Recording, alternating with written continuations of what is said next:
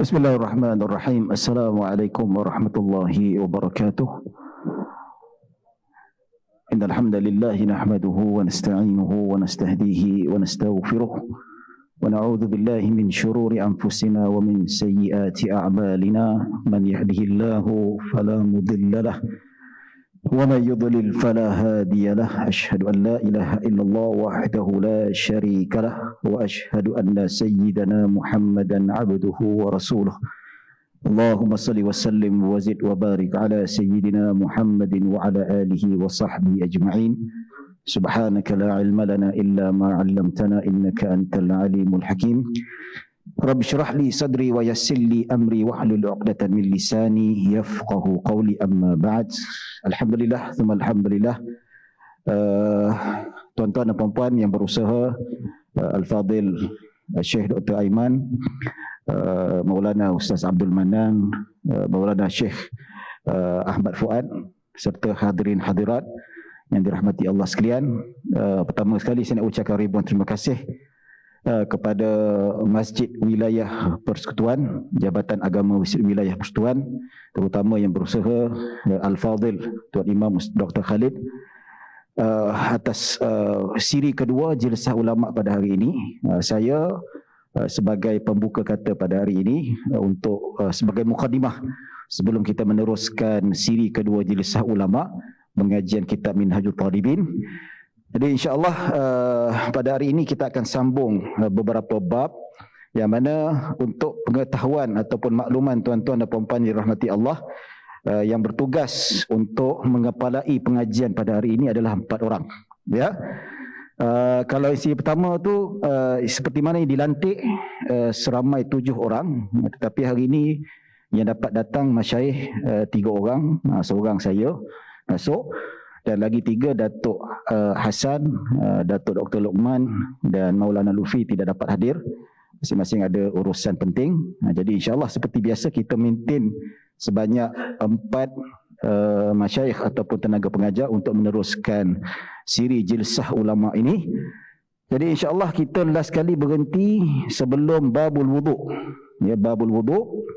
Kita pun dah masuk bab taharah, kita dah bincangkan yang akan dimulakan bab wuduk ini. Kita akan start bab wuduk, iaitu akan dimulakan oleh Syekh Ahmad Fuad bin Amran. Manakala habis bab wuduk akan masuk sunanul wuduk, sunat-sunat wuduk yang akan dikepalai oleh saya sendiri. Dan ketiga, babu mashil khuf, iaitu bab berkenaan dengan sapuan di atas khuf, iaitu Dr. Aiman. Dan yang terakhir babul ghus, iaitu akan dikepalai oleh Maulana Syekh Ustaz Abdul Manan Lubis. Iaitu jadi 4 topik utama kita akan bincangkan, dan insya-Allah siri ketiga kita akan sambunglah, iaitu selepas babul ghusul. Jadi insya-Allah biasa seperti mana format yang sudah dipersetujui bersama, iaitu paling lama setengah jam. Paling lama setengah jam lah. Dan insya-Allah kalau terlebih sikit tu 5 minit tu tak apa, masih boleh dimaafkan lah insya-Allah. Jadi selepas habis keempat-empat pembentang tenaga pengajar, kita akan buka ruangan soal jawab lebih kurang setengah jam. Ya, jadi kalau ada apa-apa soalan boleh diajukan selesai ataupun seusai pembentangan keempat-empat tenaga pengajar.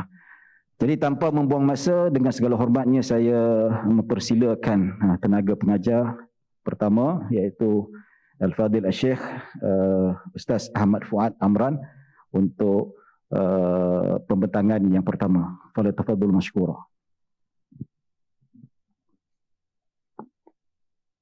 Assalamualaikum warahmatullahi taala wabarakatuh. Bismillahirrahmanirrahim. Alhamdulillah. Wassalatu wassalamu ala sayyidina wa maulana Rasulillah wa alihi wa sahbihi wa man walah.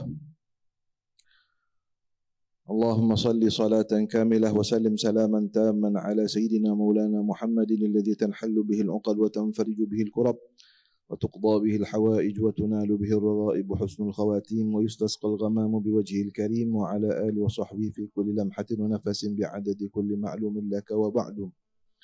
Alhamdulillah, terima kasih kepada Al-Fadhil Syekh pengendali majlis.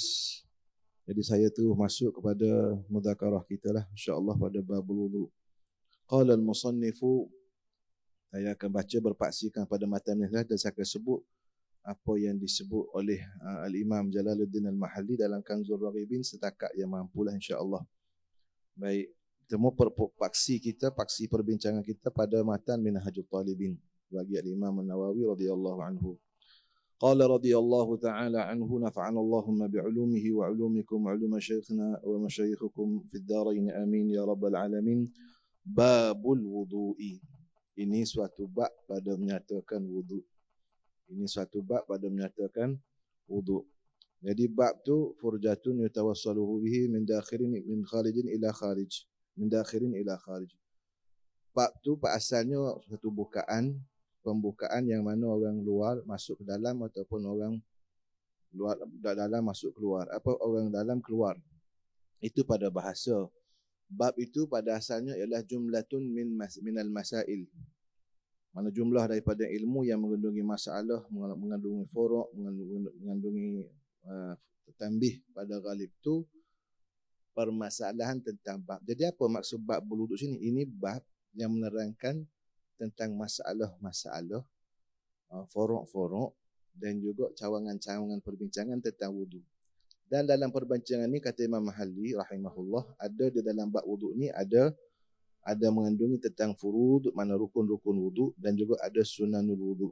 Ada sunanul wudu dan dia pengarang kita Al-Imam An-Nawawi rahimahullah akan memulakan yang pertama. Sebelum pada kita masuk pada perkataan Imam An-Nawawi rahimahullahu taala, sukalah saya nak sebutkan ta'rif yang disebut oleh Al-Imam Al-Qalyubi di dalam hasyiah beliau, ta'rif wudu. Apakah itu wudu? Kata Al-Imam Al-Qalyubi, isti'malul ma' fi a'dha'in makhsusatin muftatahan biniyah. Menggunakan air pada anggota-anggota tertentu dengan niat yang tertentu. Kalau Tok Guru dia kata hanya semua anggota tu mana empat sahaja anggota yang basuh. Empat sahaja anggota yang basuh, bukan seluruh anggota basuh, hanya empat anggota yang basuh. Baik. Babul wudu'i. Farduhu sittatun. Bermula fardunya, mana rukunnya sittah. Jadi Al-Imam An-Nawawi berpaling daripada ibarat Al-Imam Ar-Rafi'i rahimahullahu ta'ala dalam kitab Muharrar. Imam Ar-Rafi'i sebut furuduhu. Dia berpaling guna mufrad. Tapi mufrad pun diidhafat. Bila idhafat jadi umum. Dia mufrad diidhafat kepada dhamir itu. Farduhu ay fardul wudu'i sittatun. Ay furud jami' fardul wudu' itu sittatun. Baik, ataupun majmu' fardul wudu', himpunan rukun-rukun wudu' itu ada 6. Apa dia rukun ni? Fardu dengan mana rukun? Asal fardu itu mana juz'u minasyai' ataupun qadaru minasyai'. Tapi sini makna fardu ialah al-juz'ul mutammimu li huwiyyati syai'i. Satu juzuk, satu bahagian yang menyempurnakan hakikat sesuatu. Yang mana tidak sempurna hakikat sesuatu itu melainkan dengan bahagian itu. Contoh, rukun wudu ada 6 disebut di sini. Kalau tidak ada 6 ini, maka tak sempurnalah hakikat wudu. Fardul wudu. Itu mana? Rukun wudu. Baik. Farduhu sittatun. Ahaduha niyyatun. Niyyatu raf'i hadathin. Kata Imam Nawawi, ahaduha yang pertama daripada 6 ini ialah niyyatu raf'i hadathin. 6 tu kata Tok Guru zaman dulu, 4 basah, 2 kering. 4 basah, 2 kering. Jadi kalau disebut dalam kitab yang dalam-dalam sikit, dia kata 4 itu sabit dengan nas. 2 itu sabit dengan qiyas ataupun dengan cara ijtihad para ulama. Tu pun ada khilaf juga dua tu. Baik, tak apalah, 4 basah, 2 kering. Jadi ahaduha niyyatu raf'u hadasin, niat mengangkat hadas. Jadi hadas itu apa benda pula? Kita pergi seluruh makna. Seluruh hadas tu ialah amrun i'tibariyun yaqumu bil a'dha'i yamna'u min sihhati salat haitsu la murakhis. Itu perkara yang diiktibarkan pada syarak, bukan amrun i'tibarin. Sini bukan maksudnya amrun i'tibari dalam ilmu usuluddin. Jangan salah, jangan pindah. Amrun i'tibari sini kata Imam Ramli dalam Hasyiah As-Sunnah wa Talib tu, amrun i'tabarahu syari'. Perkara yang diambil kira oleh syarak. Amrun i'tibariyun yaqumu bil a'dha', yang ada pada anggota hadas ini, perkara yang ada pada anggota yang menegah daripada sahnya sembahyang. Jadi nak mengangkat hadas, nak mengangkat al-man'ul mutarattib minal hadas. Jadi kita niat untuk mengangkat hadas. Baik, terusnya au litakhir, untuk pilihan. Au tu maknanya untuk pilihan, nak pilih sama ada niat yang pertama ataupun kita niat yang kedua. Au niyyatas tibahata muftaqirin ila tuhrin, ataupun kita niat mengharuskan perkara yang berhajat kepada bersuci. Apa perkara yang berhajat pada bersuci? Muftaqirin, mana benda yang berhajat pada suci tu? Mana berhajat kepada wuduk lah. Kita niat mengangkat, kita nak meniat mengangkat niat untuk mengharuskan perkara yang memerlukan kepada bersuci, seperti solat, tawaf, menyentuh mushaf. Semua tu perkara-perkara yang untuk buat dia mesti ada bersuci, mesti ada wuduk. Mana tuhur tu lafaznya suci, tapi maksudnya di situ ialah yang berhajat kepada wuduk. Au juga takhir, pilihan. Maknanya au tu bukan syak lah, au tu mana pilihan. Ataupun pilih juga untuk ada fardil wuduk, niat untuk menunaikan fardu wuduk. Baik, itu Allahumma salli ala sayyidina Muhammad. Dan ada lagi kepelbagaian niat-niat yang muktabar di sana, atau ada ul wudu au fardul wudu au awil wudu. Di sana ada beberapa lagi kepelbagaian niat-niat yang boleh dihadirkan ketika kita masuk. Tapi sebelum pada kita pergi lebih dalam, saya teringat guru saya, Syekh Ali Jummah bin Muhammad Azhari, bila dia masuk perbahasan bab niat ni, selalu dia sebut satu, haqiqatun hukmun mahallun wa zaman kaifiyatun syartun wa maksudun hasan. Haqiqatun, kita kena ingat beberapa perkara tentang niat ni. Pertama, apakah itu niat? Sebab perbincangan tentang niat dalam matan ni berkait dengan 6 perkara ni. Imam Nawawi pun sebut ada yang disebut dalam matan, ada yang disebut dalam syarah. Baik.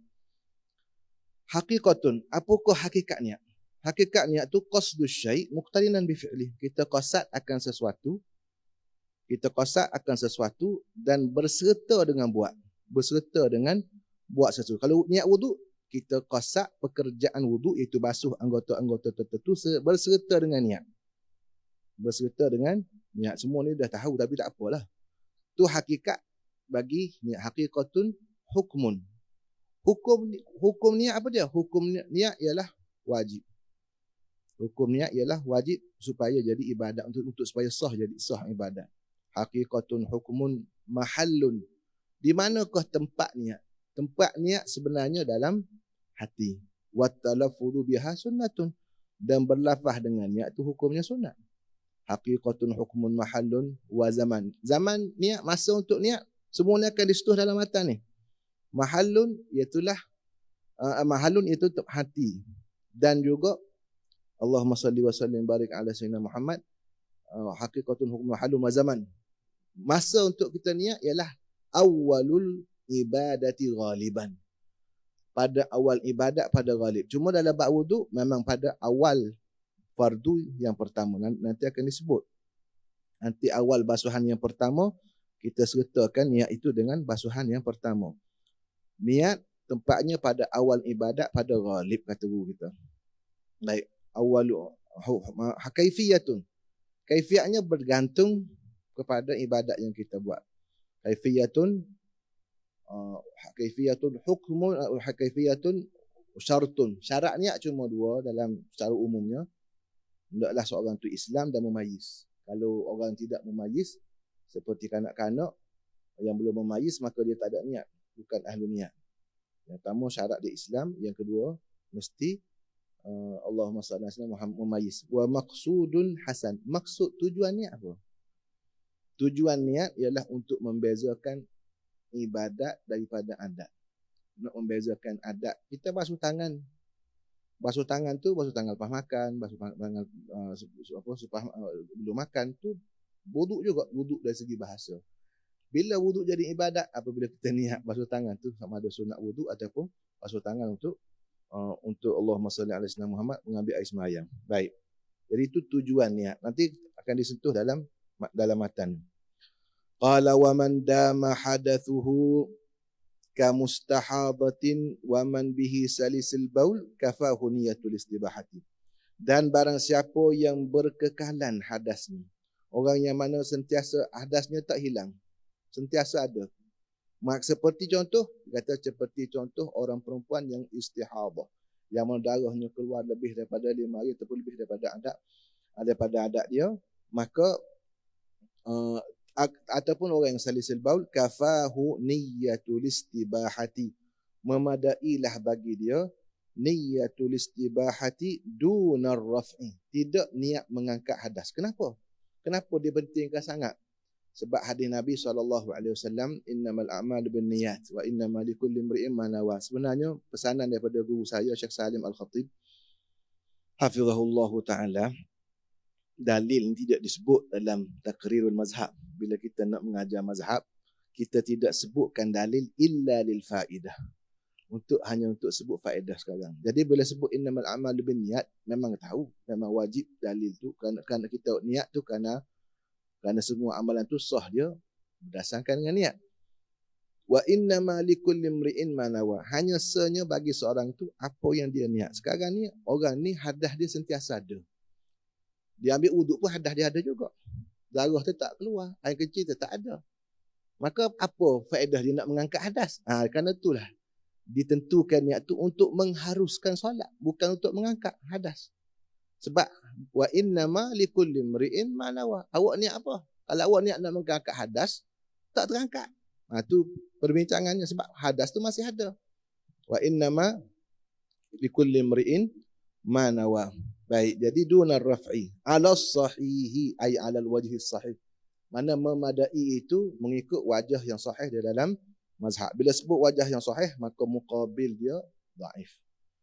Pendapat yang muqabil bagi pendapat yang muqabil bagi itu kelebihan bila kita belajar Minhajul Talibin. Baik. Kata qil, mungkin muqabil lah. La takfi niyyatul istibahati la budda min niyyati raf'i. Tidak memadai dengan semata-mata niat istibahah, tapi mesti gabung. Kata qil ni, kata qil mesti gabung dua niat. Apa dia dua niat? Iaitu niat mengangkat hadas pun kena ada, dan niat istibahah pun kena ada. Ni qil.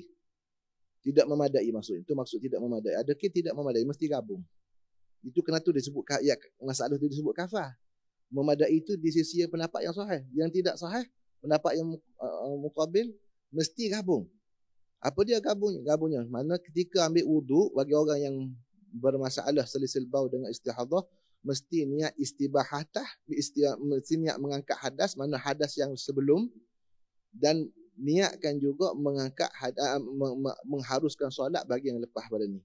Jadi dua kena gabung. Dan ada pendapat yang ketiga kata memadai dengan niat raf'ul hadas.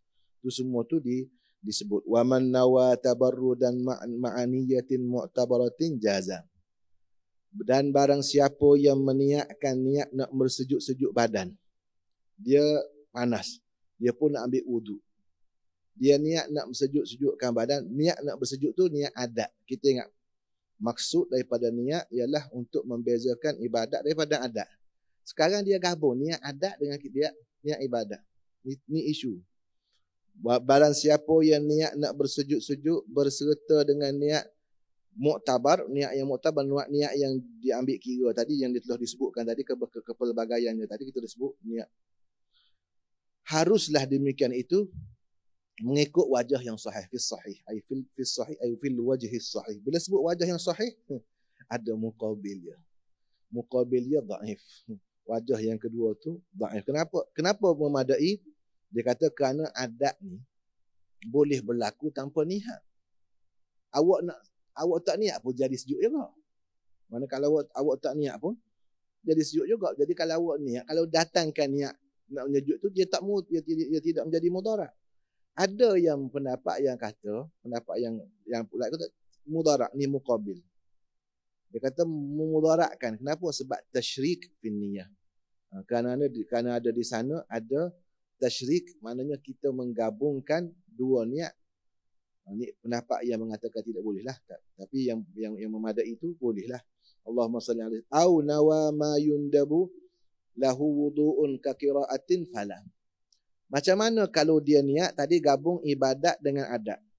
Macam mana kalau dia niat untuk perkara yang sunat sahaja wuduk, sunat sahaja untuk kita ambil wuduk pada dia. Contohnya baca Quran.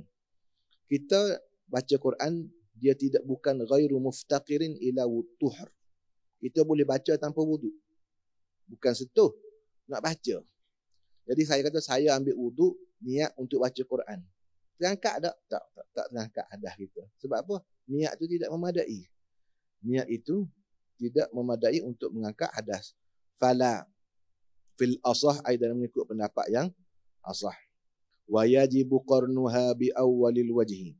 Dan wajib kita menyertakan niat itu pada awal muka. Mana awal mula-mula basuh muka kita sertakan. Kita sertakan niat bersama dengan permulaan basuh muka. Waqila yakfi bisunnatin qablahu. Baik. Dan ada qil memadai dengan sunat yang sebelumnya. Waqila yakfi bisunnatin qablahu. Kenapa? Sebab sunat-sunat yang sebelum wuduk, sebelum basuh muka tu ialah basuh tangan, berkomul, masuk air dalam hidung, istinsyaq, istinthar. Itu sebahagian daripada wuduk. Maka ada kata qil memadai dengan dia. Tapi yang muktamad, kita niat, kita ada dua pilihan. Sama ada kita niat fardu wuduk pada basuh tangan. Kita niat fardu wuduk pada basuh tangan, tapi niat itu berterusan ataupun ada masa kita basuh muka.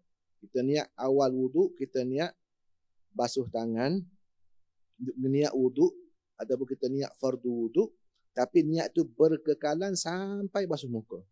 Itu pilihan pertama. Ataupun kita niat masa basuh tangan, niat sunat wuduk. Saya basuh tangan kerana sunat wuduk. Kenapa? Supaya jadi ibadat. Baik. Wa qila yakfi bi sunnatin qablahu wa lahu tafriquha ala a'dha'ihi. Dan harus baginya, bagi seseorang itu al-mutawaddi, dia mencerai-ceraikan niat di atas anggota-anggotanya. Maksudnya apa? Untuk setiap satu daripada anggota wuduk tu dia niat ini basuh muka kerana mengangkat hadas, basuh tangan kerana nak mengangkat hadas. Harus dia memadai dengan pertama, tapi diteruskan sampai ke akhir. Setiap satu anggota basuh, anggota yang empat yang basah tadi, empat anggota wuduk tu dia niat. Boleh macam kita buat haji. Kita buat haji, kita buat umrah, tiap-tiap satu pekerjaan haji tu kita niat. Sedangkan sudah memadai dengan niat ihram yang pertama. Baik. Walahu tafriquha ala a'dha'ihi, dalam Zubat dia sebut apa? Fa in tadum hatta balagta akhirah hustat thawaba kamilan fil akhirah. Kalau kita kekalkan niat sampai akhir, maka kita akan dapat pahala yang sempurna. Memadainya pada awal basuh muka. Tapi kalau pahala tu niat sampai akhir ibadat, maka dapat pahala yang sempurna sehinggalah ke akhirat nanti insya-Allah. Walahu tafriquha ala al-asah. Baik. Al-thani ay al-fardu al-thani. Fardu yang kedua, rukun yang kedua ialah ghaslu wajhihi, membasuh akan wajahnya. Maksud basuh tu mengalirkan air. Mengalirkan air kepada wajahnya. Apa dia wajah tu? Wahwa al-wajhu tu tulan dari segi membujurnya, panjangnya, membujurnya, bermula daripada ma baina manabiti sya'ri ra'sihi ghaliban, bermula daripada tempat tumbuh rambutnya pada ghalib, wa muntaha lahyaihi, dan akhir dua rahangnya. Lahyaihi bagi atas lam tu lah. Lam tu dibaca bagi atas. Lahyaihi, mana rahang. Dua rahang. Jadi, janggut ni lihyah orang Arab panggil. Itu bulu yang tumbuh di atas rahang dia panggil janggut. Lihyah. Kalau lahyah tu, itu rahang. Rahang. Jadi daripada atas ni sampai ke rahang ni, bawah ni, dia panggil apa? Dia panggil Allahumma salli ala Sayyidina Muhammad, muka secara membujurnya, secara memanjangnya. Baik, qala Allahumma wa ma baina udhunaihi, dan barang di antara dua telinganya ataupun dua anak telinganya. Barang yang di antara dua telinganya ini dia panggil dari segi melintang. Jadi membujur dan melintang. Daripada melintangnya bermula daripada Allahumma salli ala, daripada telinga ke telinganya. Daripada telinga kanan ke telinga kiri, telinga kiri ke telinga kanan, samalah. Allahumma salli ala Sayyidina Maulana Muhammad wa ala alihi wa sahbihi ajma'in. Maksudnya wajib kita basuh zahir yang demikian itu. Daripada atas sampai ke bawah ni sampai ke sini yang zahir. Dan dalam mata tu tak wajib, bahkan tak sunat pun basuh yang di dalam bahagian dalam mata tu. Walaupun dalam sempadan muka lagi. Allahumma salli wa sallim wa barik ala Sayyidina Muhammad. Termasuk daripada muka, wa minhu mawdi'ul ghamam. Kalau ada orang yang mana dahi dia kecil tu bukan dahi dia kecil, dahi dia tak kecil sebenarnya, rambut tu masuk. Rambut dia masuk ke dalam sempadan dahi dia, dia panggil ghamam. Itu wajib dibasuh. Sebab apa? Sebab rambut dia banyak. Rambut dia masuk dalam sempadan muka. Maka wajib dia panggil mawdi'ul ghamam. Tempat ghamam itu, maka wajib dibasuh. Wa kadza tahdhifu. Dan seperti demikian itu juga mawdi'ut tahdhif ataupun tempat tahzif. Kadza ni ingat, kalau jumpa kadza ni mana ada khilaf dah tu. Ada khilaf dalam mazhab. Kalau jumpa je kalimah kadza ni mana ada khilaf. Dan demikian juga ada tempat tahzif. Apa tempat tahzif? Fil asah, mengikut pada pendapat yang asah. Saya terpaksa kat buka sekejap ya. Cara mudahnya tahzif tu daripada telinga, mengajar tak apa dah. Yang kata tak tu tak. Tahzif ni daripada atas telinga ni sampai ke dahi ni. Jadi daripada ambil garisan. Dia sebenarnya ulama ashab berselisih lah tarikh tahzif ya. Cuma saya sebut yang secara ringkas lah. Daripada atas telinga ni sampai ke tengah dahi ni. Yang bawah ni, rambut-rambut yang ada di bawah ni dia panggil mawdi'ut tahzif. Orang Arab zaman dulu, zaman Imam Qalyubi lagi, disebut tahdif. Orang Mesir. Dia buang rambut kawasan ni. Dia kata orang perempuan pun buat, orang mulia pun buang. Sebab apa kata Tok Berita nak nampak dari dahi luar lah sikit. Jadi lawa lah sikit dah nampak bila. Jadi dibuang ke rambut tu. Jadi kawasan yang dibuang tu muka ke bukan muka. Jadi dia kata sini dalam muharrar. Dia asalnya Imam Nawawi sebut ibarat muharrar. Juga termasuk daripada bahagian muka. Mana mesti dibasuh. Fil asah. Lan naz'atani, bukan naz'ah. Naz'ah ni bahagian dua yang kosong ni. Yang kosong di tepi dahi yang bukan bahagian suluk ni. Bahagian yang kosong sikit ni. Dia masuk dalam rambut dia masuk dalam bab. Dia masuk sepadan rambut dah. Masuk sempadan kepala dah, bukan sempadan muka. Dua bab kosong-kosong yang di atas ni masuk. Tu bukan daripada Allahumma salli ala Sayyidina Maulana Muhammad, bukan daripada wajah, maka tidak wajib dibasuh, tidak wajib mengalirkan air. Wahuma bayadani, itulah dua ruang kosong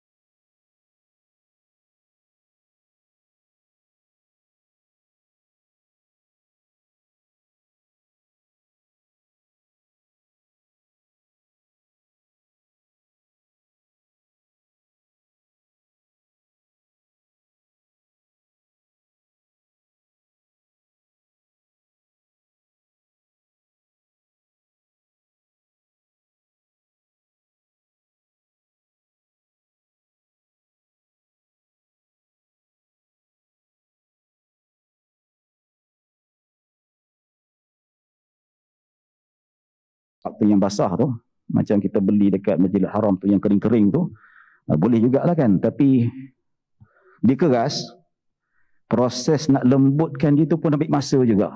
Sekali gosok, tersalah gosok, kena gusi boleh berdarah. Ya, sedap beli yang hijau-hijau tu. Lepas tu hijau tu sedap, lembut dan wangi. Dia mewangikan mulut. Ya. Baik. Wala yukrahu illa lisaimi ba'da zawal. Dia tidak makruh kecuali bagi orang yang berpuasa selepas masuk waktu zuhur, selepas tergelincir matahari. Kalau sebelum tergelincir matahari, dia tidak dikira sebagai makruh. Tapi masuk waktu zuhur, selepas waktu zuhur dimakruhkan untuk bersiwak. Ya, sebab apa? Biasanya mulut orang berpuasa dia berubah baunya selepas waktu zuhur, tengah hari itulah. Ya, kebiasaannya. Jadi dalam mazhab Syafi'i, mulut berbau orang berpuasa ni adalah perkara yang disukai oleh Allah. Ya, benda yang dicintai, yang lebih baik daripada di sisi Allah Subhanahu wa taala. La khalufu famis shaim atyabu indallahi min rihil misk. Ya, mulut orang yang berpuasa ni lebih baik di sisi Allah daripada bauan kasturi. Ya, jadi puasa ni tak kiralah puasa sunat ataupun puasa fardu. Ya, asal zawal tergelincir matahari dimakruhkan. Ya. Baik, yang tidak terbasuh kata Al-Imam Al-Khatib Asy-Syarbini, kalau dia berpuasa, dia wajib berpuasa. Macam orang dia terlupa niat kan. Dia terlupa niat. Walaupun niat dalam hati sekalipun, dia terlupa niat. Sedar-sedar Allah terlupa niat. Ya, dia kena puasa tak? Dia kena puasa juga. Ya, dia wajib berpuasa, tahan diri. Ya, walaupun tanpa niat. Adakah puasa macam ni pun juga dikira sebagai makruh kalau bersiwak selepas tergelincir matahari? Ya, menurut ulama mazhab Syafi'i tidak dimakruhkan. Pasal apa? Pada hakikatnya dia tidak berpuasa sebenarnya. Ya, walaupun dia lupa niat, kalau ikut mazhab Syafi'i, ya, kalau jumhur lupa niat tak sah puasanya. Ya. Tapi bukan diberi keuzuran untuk dia makan, minum sesuka hati. Tetap juga kena tahan. Imsak kena tahan. Ya. Tapi yang jenis imsak macam ni, lepas masuk zuhur, dia bersiwak tidak jatuh makruh. Sebab apa kata Al-Imam Asy-Syarbini? Dia kata hakikatnya orang itu tidak berpuasa. Ya. Baik. Okey. Wa tasmiyatu awwalahu fa in taraka fa fi athna'ih. Ya. Baca bismillah pada awal, disunatkan baca bismillah pada awal wuduk, sebelum berwuduk itu sendiri. Ya, jadi baca bismillah maksudnya dalam hadis Nabi SAW, tawaddau, ya, bismillah. Nabi kata dalam hadis zahir, riwayat mana? Ada disebutkan. Riwayat Al-Imam Nasa'i dan Ibnu Khuzaimah. Ya, di dalam sahihnya ada hadis Nabi kata tawaddau bismillahi, maksudnya berwuduk, sebelum berwuduk tu baca bismillah. Sebelum basuh tangan tu lagi baca bismillah. Kalau terlupa fa in taraka, dia tinggalkan baca bismillah. Ya, dalam kitab sebagai kitab dikata sahwan au amdan. Sama ada terlupa ataupun sengaja. Dia sengaja tinggalkan bismillah. Ya, tetap disunatkan baca tengah-tengah. Fayaqulu bismillahi awwalahu wa akhirahu. Macam juga kita terlupa kan baca bismillah. Ya, lepas tu alamak terlupa baca bismillah. Disunatkan baca bismillahi awwalahu wa akhirahu. Sama juga dia makan, dia berwuduk, dia terlupa. Alamak lupa baca bismillah. Tengah basuh muka ke apa ke tu baca bismillahi awwalahu wa akhirahu, ataupun dia tinggal dengan sengaja. Ya. Tu persoalan kata ustaz, kalau kita nak dengki syaitan boleh tak? Kan? Syaitan nak baca bismillah. Dah tengah-tengah barulah kita baca bismillah. Nak kasih syaitan tu muntah balik. Boleh tak Dr. Iman? Nanti Dr. Iman jawab. Baik. Ya. Jadi disunatkan baca tengah-tengah kalau kita terlupa. Baik. Okey. Apa lagi? Wa ghaslu kaffai, membasuh kedua-dua telapak tangannya. Ya.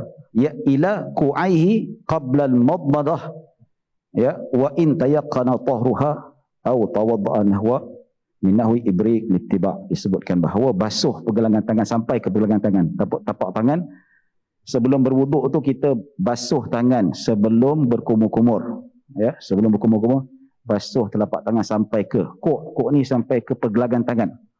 Ya, jangan bila sebelum wuduk kita basuh sampai ke siku pula. Nantilah dapat basuh muka tu baru basuh siku ya. Ya. Baik. Fa illam yatayaqqan tahrahuma kuriha ghamsuhuma fil ina qabla ghaslihima. Kalau tak yakin dia bersih, ya, maksudnya tak pasti tangan kita ni bersih atau tidak, maka dimakruhkan kita rendam tangan kita ataupun rendam untuk cedok air. Kan? Akan ada hadis Nabi SAW sebelum Nabi adkhala yadahu, masukkan tangannya untuk basuh muka ke apa, kan Nabi akan basuh tangan 3 kali. Ya. Kalau ikut pecahan hukum fiqh,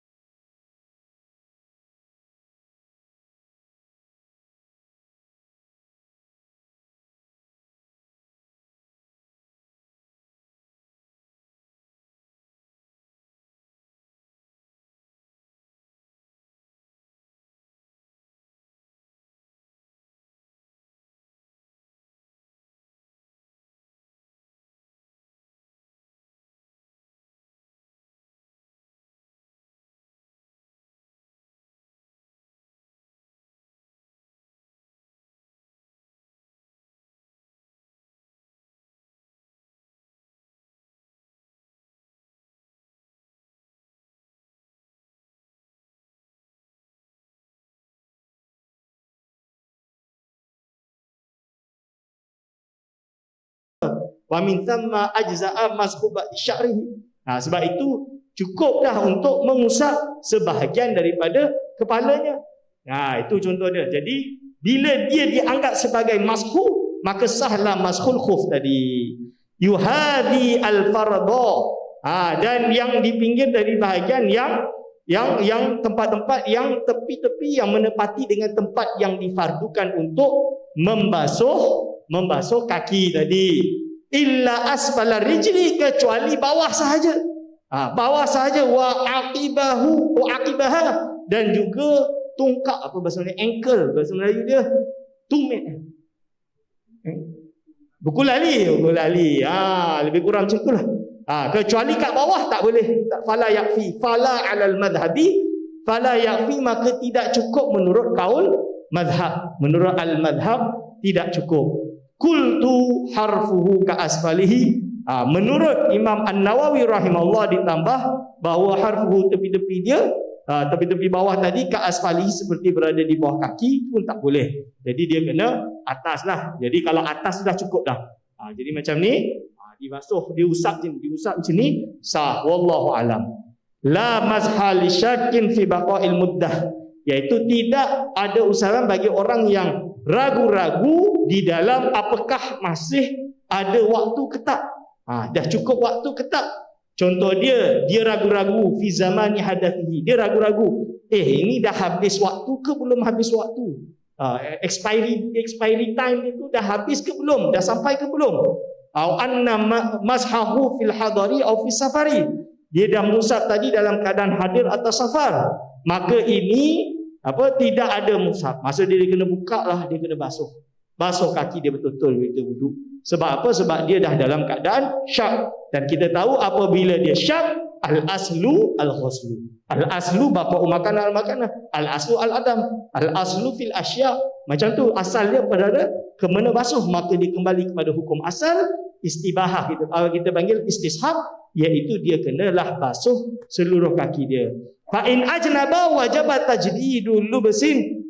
Kalau seumpama dia berjunub atau haid atau nifas dan lain-lain, maka wajib untuk mentajdid, memakai, buka balik, dia mandi balik kan, mandi balik dia semua tu pakai balik. Min tajdidul lubsin. Wa man naza'a wa huwa bituhril mashi ghasala kadamaihi.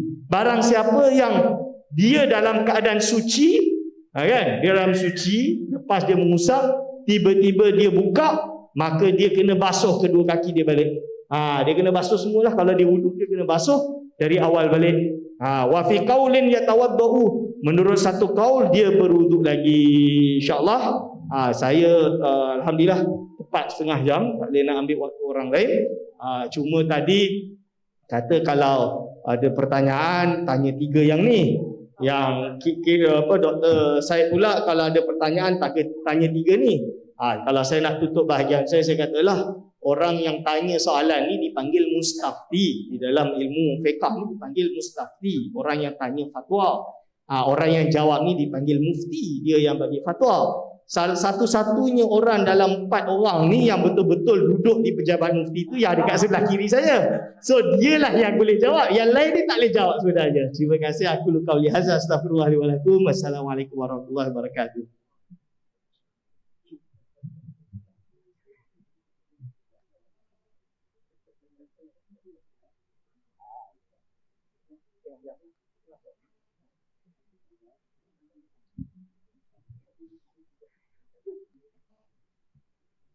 Bismillahirrahmanirrahim. Nahmaduhu wa sallallahu ala rasulillah amma ba'du. Insyaallah kita akan lalu bacaan daripada kitab Minhaj bab usul mandi. Jadi saya akan bentangkan berdasarkan keterangan daripada kitab Nihayatul Muhtaj karangan Imam Muhammad Ar-Ramli rahimahullah. Bismillahirrahmanirrahim. Qala al-musannif rahimahullah babul ghusli. Ini bab ini menyatakan perbahasan tentang mandi. Jadi mandi ni dia punya takrif dia, kita alirkan air ke seluruh badan dengan niat, dengan ada syarat-syarat dia lah. Kecuali mandi mandi jenazah. Jadi mayat yang dimandikan jenazah tu dia tak perlu niat sebab dia dah mati kan. Nampak kan?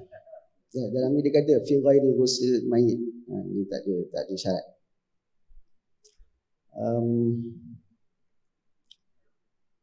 Okey, jadi mandi ni tak